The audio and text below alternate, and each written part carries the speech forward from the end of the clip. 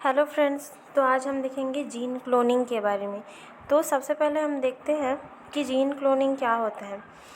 तो gene cloning एक ऐसा प्रोसेस होता है जिसमें क्या करते हैं, एक स्पेसिफिक जो डीएनए होता है उसका क्या करना है, कॉपीज़ करना है। जैसे gene cloning is a molecular biology techniques for creating multiple identical copies of a specific gene on DNA fragment. ठीक है, डीएनए फ्रेगमेंट से क्या कर रहे हैं, एक स्पेसिफिक जीन को क्या कर रहे हैं, कॉपी करना। इसको क्या बोलेंगे हम, जीन क्लोनिंग बोलेंगे।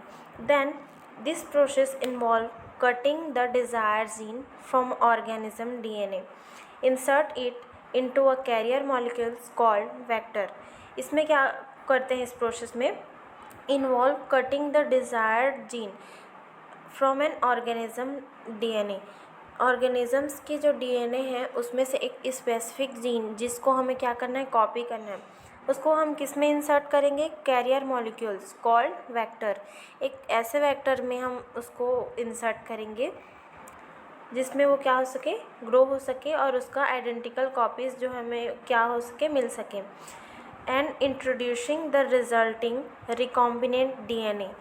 रिकॉम्बिनेंट डीएनए क्या होता है, मिलता है हमें। ठीक है, इसका रिकॉम्बिनेंट डीएनए का क्या मतलब होगा, is artificial made DNA strand that is framed by the combination of two or more jeans. To or मोर जो डीएनए होता है उसका कॉम्बिनेशन, इसको क्या बोलेंगे, रिकॉम्बिनेंट डीएनए बोलते हैं। ठीक है, देन आता है is the host cell replicates it make many copies of the gene. जैसे मैंने बताया, होस्ट सेल क्या होता है, बैक्टीरिया। अब उसमें हम क्या कर रहे हैं, जो रिकॉम्बिनेंट जो हम डीएनए फ्रेगमेंट के जो कट किया है हमने, उसको हम होस्ट सेल पर क्या करेंगे, ट्रांसफ़र करेंगे। देन होस्ट सेल क्या करता है, रिप्लिकेट करता है उसको। Then it make many copies of the gene. इस जीन को क्या करेगा, रिप्लिकेट करके मैनी कॉपीज़ जो है वो क्या करेगा, फॉर्म करेगा, which can then be used for various application such as producing specific protein like insulin, create mRNA for vaccine। ठीक है, इसको किस लिए यूज़ किया जाता है, जैसे इंसुलिन को क्रिएट करने के लिए और वैक्सीन्स बनाने के लिए। Then recombinant DNA technology, a series of procedure that are used to join together DNA segment. ठीक है, रिकॉम्बिनेंट डीएनए टेक्नोलॉजी क्या है, ये एक सीरीज ऑफ प्रोसीजर है that are used to join together DNA segment. DNA segment को क्या करते हैं, जॉइन करते हैं। ठीक है, नाउ इसके कुछ हिस्ट्रीज हैं जिसको हम देखेंगे। In the 1917 century when recombinant DNA technology was first be developed. ठीक है, 1970 सेंचुरी में क्या हुआ था, रिकॉम्बिनेंट डीएनए टेक्नोलॉजी जो है वो फर्स्ट टाइम क्या हुआ था, डेवलप हुआ था। इन 1970 सेंचुरी में लिमिटेड नंबर ऑफ वेक्टर्स जो है हमारे पास क्या था, अवेलेबल था। The restriction enzyme were discovered in micro organism. This enzyme protect the host cell for from the bacteriophage.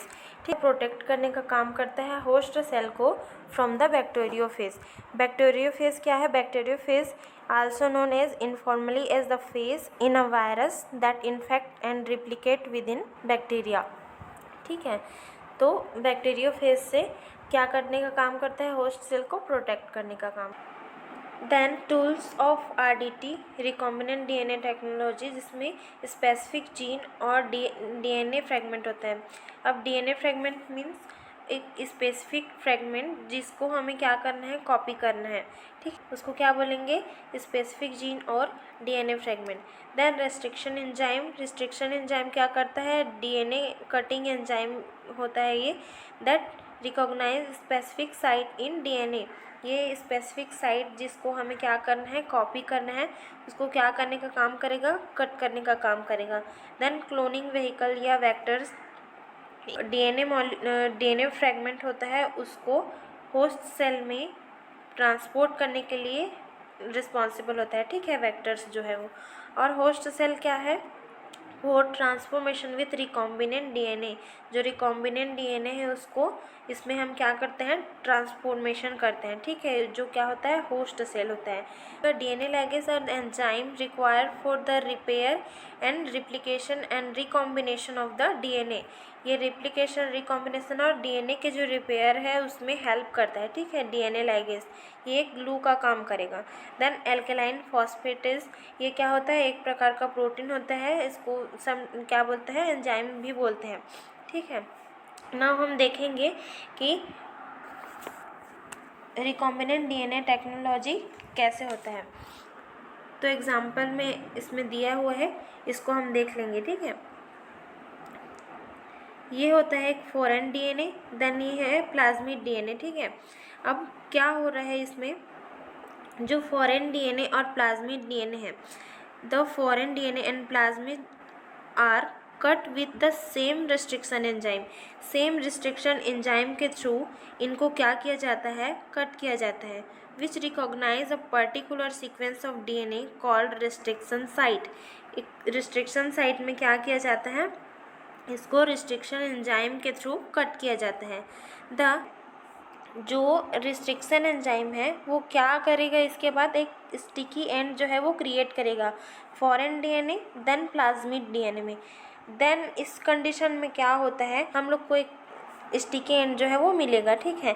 तो इसके बाद इसमें डीएनए लिगेज का काम रहेगा। डीएनए लिगेज क्या करेगा, इन दोनों को रिकॉम्बाइन करने का काम करेगा, ठीक है, जो प्लाज्मिड है एंड फॉरेन डीएनए है उसको।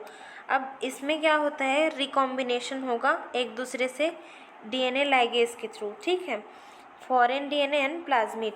नाउ नेक्स्ट प्रोसेस में क्या होगा, the ligase cloning vector is transforming into the bacteria, ठीक है। जो लिगेज क्लोनिंग वेक्टर्स है हमारे पास, उसको अब हम क्या करेंगे, ये रिकॉम्बाइन होने के बाद इसको हम जो होस्ट बैक्टीरिया है उसमें क्या करेंगे, ट्रांसफॉर्मिंग करने का काम करेंगे। Now the legend cloning vector is transformed into the bacteria host strain में हम क्या करेंगे, जो क्लोनिंग वेक्टर है उसको हम ट्रांसफॉर्म करेंगे इनटू द बैक्टीरिया, ताकि बैक्टीरिया जो है वो उस डीएनए को, उस जीन को रिप्लिकेट कर सके और उसका कॉपीज़ जो है वो डिफरेंट कॉपीज़ जो है वो फॉर्म कर सके, ठीक है। उसके लिए हम क्या करेंगे, इसको हम बैक्टीरिया में ट्रांसफॉर्म करेंगे। तो यहाँ पे हमारे पास 3 कॉलोनीज रहेंगे, जिसमें एक में सिर्फ क्या रहेगा, बैक्टीरिया रहेगा, प्लाज्मिड नहीं रहेगा। एक कॉलोनी में क्या होगा, प्लाज्मिड रहेगा, सिर्फ प्लाज्मिड रहेगा, और एक कॉलोनी में रहेगा हमारा जो रिकॉम्बाइंड प्लाज्मिड हमारा जो हुआ बना है वो। तो जो रिकम्बाइंड प्लाज्मिड है वो क्या करेगा, ग्रो करेगा, और जिसमें प्लाज्मिड नहीं है उसको एम्पिसिलिन जो है वो क्या कर देगा, उसमें बैक्टीरिया को क्या कर देगा, किल कर देगा, ठीक है।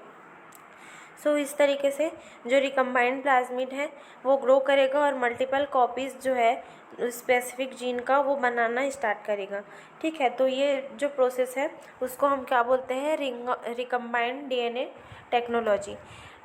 ना कॉमनली यूज्ड वेक्टर सिस्टम है इसमें कुछ जिसमें वेक्टर सिस्टम, होस्ट सेल और इसके इंसर्टिंग कैपेसिटी है, ठीक है। जिसमें पहला है प्लाज्मिड।